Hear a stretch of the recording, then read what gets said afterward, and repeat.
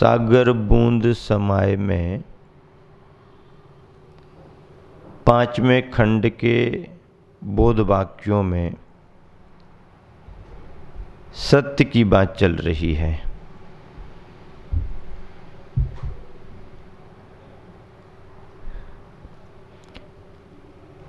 आचार्य प्रवर कह रहे हैं कि हित कारक कटुक और कठोर वचन भी ठीक हैं। हित कारक कटुक और कठोर वचन भी ठीक हैं, किंतु अहित करने वाले मधुर वचन भी ठीक नहीं। अहित होता हो तो ऐसे मधुर वचन भी ठीक नहीं, और हित हो रहा हो तो कटुक और कठोर वचन भी ठीक हैं। बीमारी दूर हो रही हो तो कड़वी दवाई भी पी लो, ठीक रहेगा। और यदि मीठा मीठा खाने से बीमारी बढ़ रही हो तो मीठा मीठा छोड़ दो। हित कारक यानी हित करने वाले कटुक और कठोर वचन भी ठीक हैं, किंतु अहित करने वाले मधुर वचन भी ठीक नहीं। वचनों में अद्भुत शक्ति है। क्या? ध्यान देना, वचनों में अद्भुत शक्ति है। इसलिए तो कभी वह कर्णफूल बन जाते हैं तो कभी कर्णशूल, कभी कर्णफूल बन जाते हैं, कर्णों को शोभायमान करने लगते हैं, कर्णफूल, और कभी कर्णशूल बन जाते हैं, कानों को चुभने लगते हैं। वचनों में अद्भुत शक्ति है, इसलिए तो वह वचन कभी कर्णफूल बन जाते हैं, कर्णफूल, और कभी कर्णशूल। बाणी बाणी बाणी वचन बाणी, बाणी बाण भी बन जाती है और वीणा भी बन जाती है। बाणी बाण भी बन जाती है और वीणा, बाणी तो बाणी है, बाणी बाण का भी काम करती है और वीणा का भी काम करती है। इसलिए गुरुवर क्या कह रहे हैं, वचनों में अद्भुत शक्ति है। इसलिए तो कभी वह कर्णफूल बन जाते हैं तो कभी कर्णशूल बन जाते हैं। सत्य को कहा नहीं जा सकता। क्या कह रहा हूं? सत्य को कहा नहीं जा सकता, उसे महसूस किया जा सकता है। महसूस, अनुभव में लाया जा सकता है। सत्य को कहा नहीं जा सकता, उसे महसूस किया जा सकता है, क्योंकि जो कहा जाता है वह सत्य नहीं, सत्यांश ही होता है। क्योंकि जो कहा जाता है वह सत्य नहीं, सत्यांश ही होता है। सत्य अलग है, सत्यांश अलग है। सत्य अलग है, सत्यांश अलग है। जो कहा जाता है वो सत्यांश होता है। सत्य को कहा नहीं जा सकता, सत्य का तो अनुभव किया जाता है। शाश्वत सत्ता, सत्य की शाश्वत सत्ता का अनुभव करो। सत्य की शाश्वत सत्ता महसूस की जाती है। वचनों से जो कथन होता है, वचनों से जो कहा जाता है वह सत्य नहीं, सत्यांश होता है। समुद्र और उसकी एक लहर, फूल और उसकी एक पंखुड़ी, सूरज और उसकी एक किरण, किरण सत्य नहीं है, सत्य सूरज का सत्यांश है। लहर सत्य नहीं है, सत्य के समुद्र का सत्यांश है और पांखुरी सत्य नहीं है। सत्य के पुष्प की पांखुरी सत्यांश है। बहुत गजब की बात है। तो इसलिए गुरुवर आचार्य कह रहे हैं कि सत्य को कहा नहीं जा सकता, उसे महसूस किया जा सकता है। क्योंकि जो कहा जाता है वह सत्य नहीं सत्यांश होता है। जो कहा जा रहा हो सत्य नहीं सत्यांश होता है। उतावली का मतलब समझते हो क्या होता है? उतावली यानी जल्दबाजी। उतावली का अर्थ क्या होता है? जल्दबाजी। उतावली यानी जल्दबाजी। तो जल्दबाजी उतावली के कारण कभी कभी सत्य को, कभी कभी व्यक्ति को सत्य से वंचित होना पड़ता है। उतावली के कारण कभी कभी व्यक्ति को सत्य से वंचित होना पड़ता है और असत्य की शरण में जाना पड़ता है। असत्य की शरण में जाना पड़ता है। अगला बोध वाक्य है, ऐसी भाषा का प्रयोग करें, ऐसी भाषा का प्रयोग करें जो कि सत्य को असत्य और असत्य को सत्य सिद्ध ना कर सके।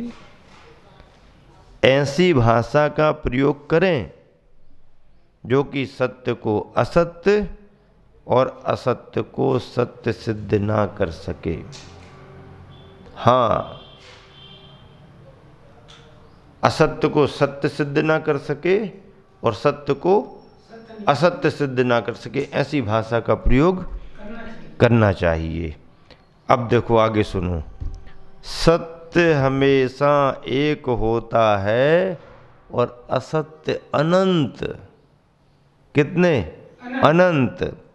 सत्य हमेशा एक होता है और असत्य अनंत, लेकिन एक सत्य भी अनेकों असत्यों को समाप्त कर देता है। लेकिन एक सत्य भी अनेकों असत्यों को समाप्त कर देता है।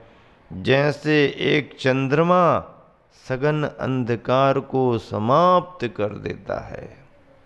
एक चंद्रमा, इतना विशाल नभ है, अंधकार अंधकार फैला हुआ है। चंद्रमा आया, उजाला हुआ, अंधेरा छट गया। सूरज निकला, अंधेरा छट गया। चंद्रमा एक है, संख्या से क्या लेना देना। प्रभामंडल है, कांतिमान है। ऐसा एक चंद्रमा भी सघन अंधकार को समाप्त कर देता है। शुक्ल पक्ष का चंद्रमा, पूर्णिमा की तिथि, और बिल्कुल ऐसा उजला उजला उजला उजला उजला उजला। चारु चंद्र की चंचल किरणें खेल रही थी जलथल में। स्वच्छ चांदनी छिपी हुई थी अवनी व अंबर तल में। एकदम शुभ्र ज्योत्सना। अकेला एक चंद्रमा सारी धरा को प्रकाशमान कर देता है। अकेला एक सूरज निकलता है, अंधकार तितर बितर हो जाता है। सत्य हमेशा एक होता है और असत्य अनंत, लेकिन एक सत्य भी अनेकों असत्यों को समाप्त कर देता है। अगला बोध वाक्य है, जो व्यक्ति स्वयं अनुशासित ना होकर दूसरों पर अनुशासन चलाना चाहता है, जो व्यक्ति स्वयं अनुशासित ना होकर दूसरों पर अनुशासन चलाना चाहता है, वह व्यक्ति कभी भी सफल नहीं हो सकता। वह व्यक्ति कभी भी सफल नहीं हो सकता। जो व्यक्ति स्वयं अनुशासित न होकर दूसरों पर अनुशासन चलाना चाहता है, तुम करो तुम करो तुम करो तुम करो तुम करो, दूसरों से कराने की भावना करता है और स्वयं कुछ करता नहीं है। अब करता नहीं, तो जब स्वयं करेगा नहीं तो फिर कैसे काम बनेगा, वो सफल नहीं होगा। जो व्यक्ति स्वयं अनुशासित न होकर दूसरों पर अनुशासन चलाना चाहता है, वह व्यक्ति कभी भी सफल नहीं हो सकता।